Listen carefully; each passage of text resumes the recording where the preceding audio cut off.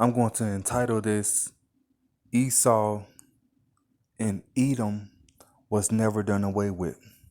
All praises to Yahweh, Bahashem, Yahweh Shai, Bahashem Rakakudash. Double honors to the apostles and elders of Great Millstone, and peace and blessings to the hopeful elect of the nation of Israel. All right, this the brother lawyer. I teach with the Great Millstone Nashville camp. All right. And that's why my channel is called Brothers in Arms 144. I'm gonna change it to Akim in Arms 144. All right. So anyway, I came across this video. It's from Breaking Point or Breakpoint, and it says the biblical Edom unearthed. And he's gonna go on to say how Edom was real. Like they portray the Bible and other religions. Well, I'm not going to say that, but I'm going to put it all together. They portray the Bible, the Quran, and all these other different books as myths, myths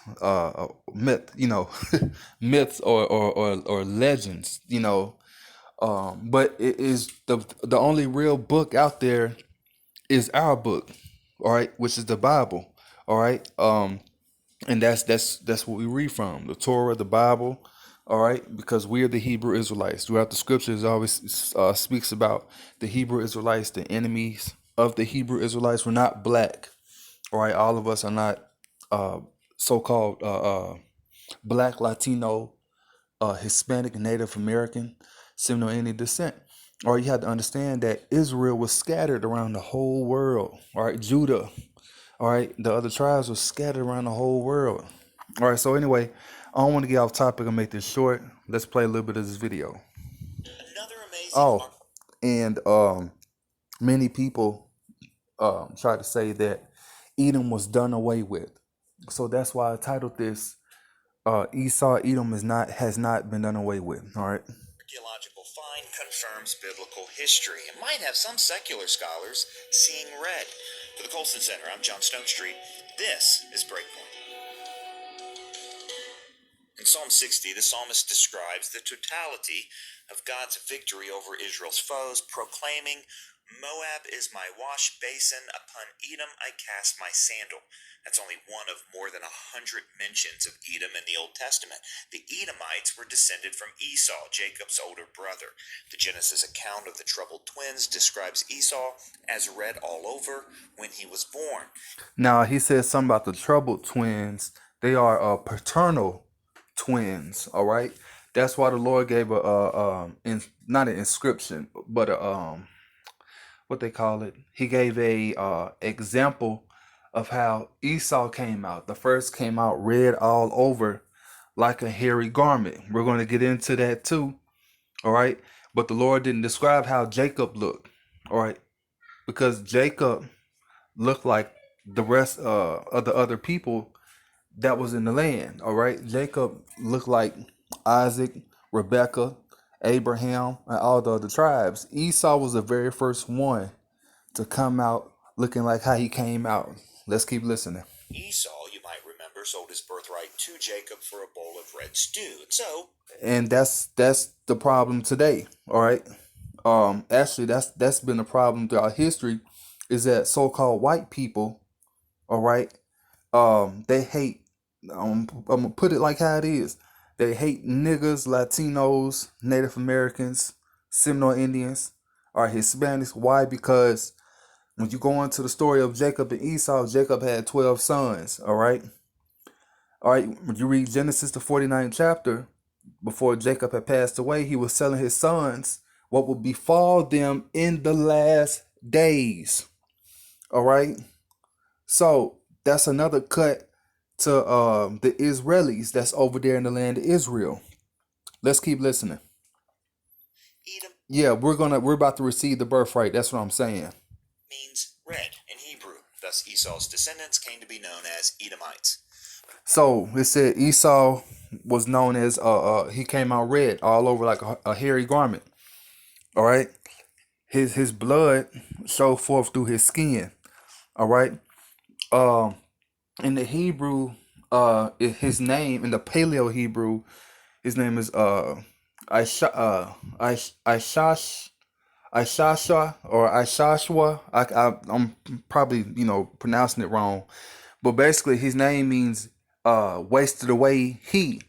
All right, his he didn't have pigmentation.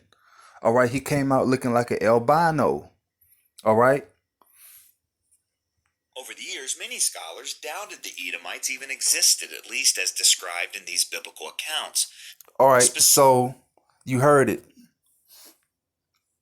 All right, Salaki, I ain't mean to go to that. Well, let's go to the blue letter.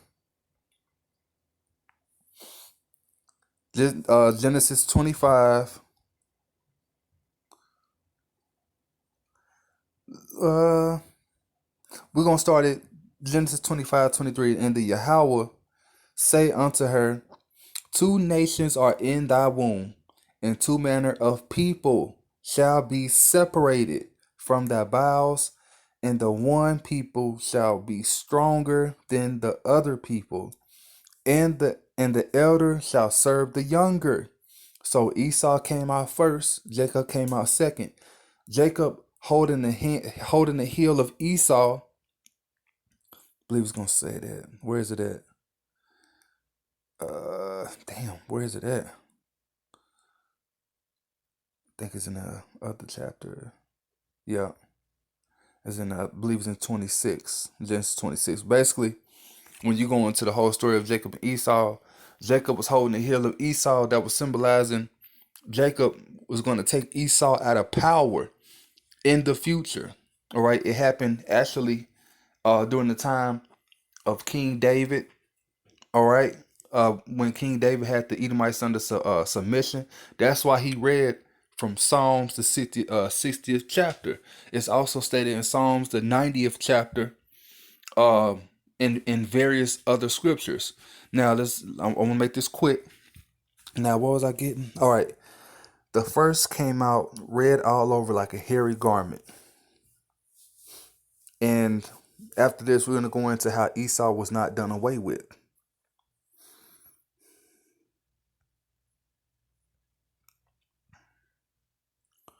Hold on, Salakia, bear with me.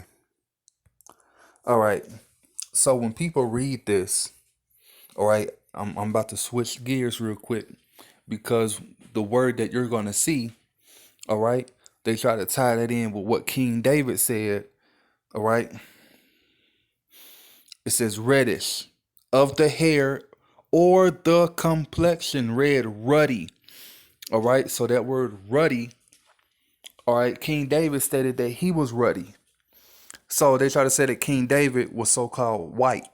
You heard the term redneck, you know, but their whole body's red, not just their neck. Anyway, King David stated that he was ruddy, so they try to say that King David looked like a so-called white man. That's why they painted the image of him. And also, too, in the book of Job, Job 9:24, the earth is given unto the hand of the wicked. He covered the faces of the judges thereof. All right. You go to Malachi, the first chapter, it states that Esau, Edom, is the border of wickedness. All right. So, kind of jumping everywhere.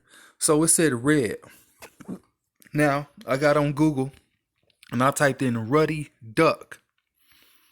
Now, everybody went to school. You learn your ABCs, 1, 2, 3s, colors.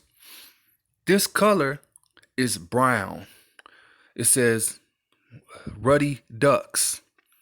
This color is brown. All right. That's straight up brown. You can't get around that. So the color of ruddy is like a reddish brown, like our Native American brothers. A lot of them have a ruddy brownish color to them. All right. So now we about to get into how the Edomites were never done away with. This is First Kings. We're gonna read about King Solomon. All right. All right, let's start it off. 1 Kings 11. But King Solomon loved many strange women, meaning women of the other nations, because King Solomon is Yahweh in the reincarnation, which we teach about reincarnation. All right. And it proves that you can have more than one woman. And that's what our people believed in. All right.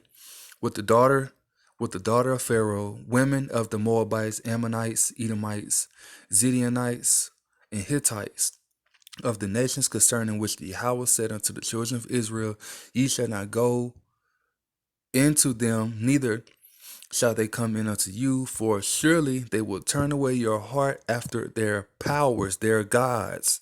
Solomon clave unto these in love. Why? Because he got old in age. All right. He has 700 wives, princesses, and 300 concubines, and his wives turned away his heart, his mind. The word heart goes back to lab, which means mind.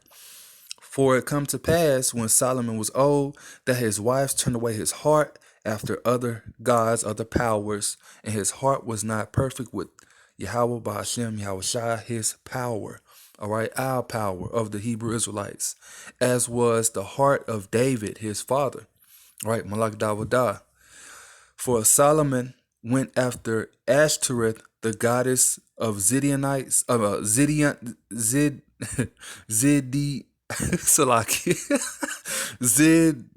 Zidonians, and after Melcom, the abominations of the Ammonites. And I believe Melcom was a sun god. The Ammonites worshipped, which the Ammonites are the Japanese. All right, that's why they have a lot of sunsets and so forth in their pictures. You know, even their flag looks like a sun, because a lot of them, they do their sun worship shit. All right. And Salakia. And Solomon did evil in the sight of the Yahweh, and went not fully after the Yahweh, as did Salakia, as did David his father.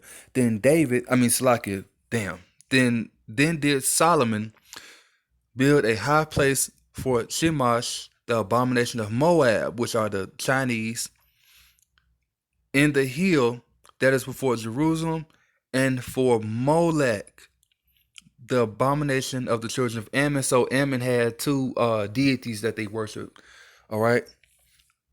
And likewise did he for all his strange wives, which burnt incense and sacrificed unto their powers. And the Yahweh was angry with Solomon, because his mind was turned from the Yahweh, Bahashem, Yahweh Shai, power of Israel, which had appeared unto him twice. All right. And had commanded him concerning this thing, that he should not go after other powers. But he kept not that which Yahweh commanded. Wherefore the Lord, the Yahweh, said unto Solomon, for as much as this is done of thee, and thou hast not kept my covenant and my statutes, which I have commanded thee, I will surely rend the kingdom from thee, and will give it to thy servant. Notwithstanding, in thy days I will not do it for David thy father's sake, but I will rend it out of the hand of thy son. Howbeit I will not rend away all the kingdom, but will give one tribe to thy son, for David my servant's sake, and for Jerusalem's sake, which I have chosen. All right. And the Yahweh stirred up an adversary unto Solomon. Here you go. Hadad, the Edomite. He was one of the king's seed. All right. He come from the sperm line. All right. In Edom. Keep, stay with me. For it came to pass, when David was in Edom, and Joab, the captain of the host, was gone up to bury the slain, after he had smitten every male in Edom. Let's read that again. For it came to pass, when David was in Edom, and Joab, the captain of the host, was gone to bury the slain, after he had smitten every male in Edom. That's why they say that the Edomites are done away with, because it stated that Joab has smitten every male in Edom for 6 months. But guess what? For 6 months did Joab remain there with all Israel, until he had cut off every male in Edom. All right. That Hadad fled, he and certain Edomites of his father's servants with him, to go into Egypt. Hadad being yet a little child. And they arose out of Midian and came to Paran, and they took men with them out of Paran, and they came to Egypt unto Pharaoh, king of Egypt, which gave him an house and appointed him victuals and gave him land. And Hadad found great favor in the sight of Pharaoh, so that he gave him to wife the sister of his own wife, the sister of Taphanes, the queen. And the sister of Taphanes bare him Genubath, his son. All right, so Hadad married Taphanes, the queen. Guess what? The Egyptians were dark-skinned people. All right, the Egyptians, the Hamites, they found favor in the Edomites because of their skin complexion. They were amazed with their skin complexion. All right, but guess what? You are the seed of your father, pursuant to Numbers 1 and 18. So guess what? Esau had blended his seed in with darker nations, just like Ishmael and so forth. All right, let's keep going. And I'm about to close this out. But you see the point that I'm making. Where did I start off at? I mean, stop it. And the sister of Taphanes bare him Genubath, his son, whom Taphanes weaned in Pharaoh's house, and Genubath was in Pharaoh's household among the sons of Pharaoh. And when Hadad heard in Egypt that David slept with his fathers, and that Joab, the captain of the host, was dead, meaning David slept with his fathers, David had passed away. All right. Uh, the captain of the host was dead. Hadad said to Pharaoh, "Let me depart, that I may go to my country." Then Pharaoh said unto him, "But what hast thou lacked with me, that behold, thou seekest to go into thy own country?" And he answered, "Nothing, howbeit, let me go in any wise." All right, so there you have it. I just want to prove a point how Esau Edom um was never done away with, and they know that. They know that. And how we know that also is because Isaiah the 14th chapter has not come to pass. Revelations the 13th chapter. All right, if any man have an ear, let him hear. He that leadeth into captivity shall go into captivity. That hasn't happened. All right, Deuteronomy, pursuant to the curses of the book of Deuteronomy, after Deuteronomy 28 and 15 verse on up, 15 through the 68 verse, it states what would happen to the Israelites. And the transatlantic slave trade is in the 68th chapter. So that proves how Esau Edom is still here. Also books in Jeremiah talking about how Edom will, I believe it's Jeremiah, Salaki if I'm wrong, but it talks about how Edom will be the daughter of Babylon, all right, in the future, which is America, all right. That's why you have Revelations the 18th chapter. It speaks about the red horse, all right, and think what power was given unto the red horse. What was it? Salaki, I'm butchering it. Let me get that real quick.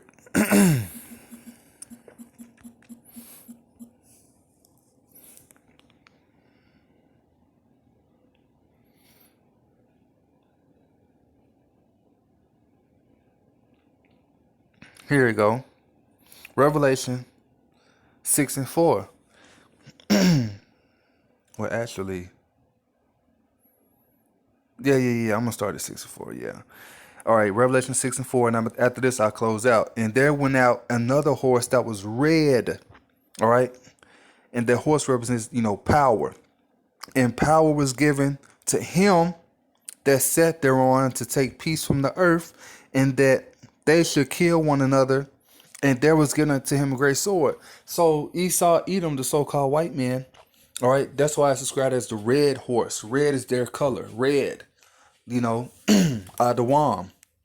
So power was given unto him, all right, to take peace from the earth. That's why you have all these wars going on.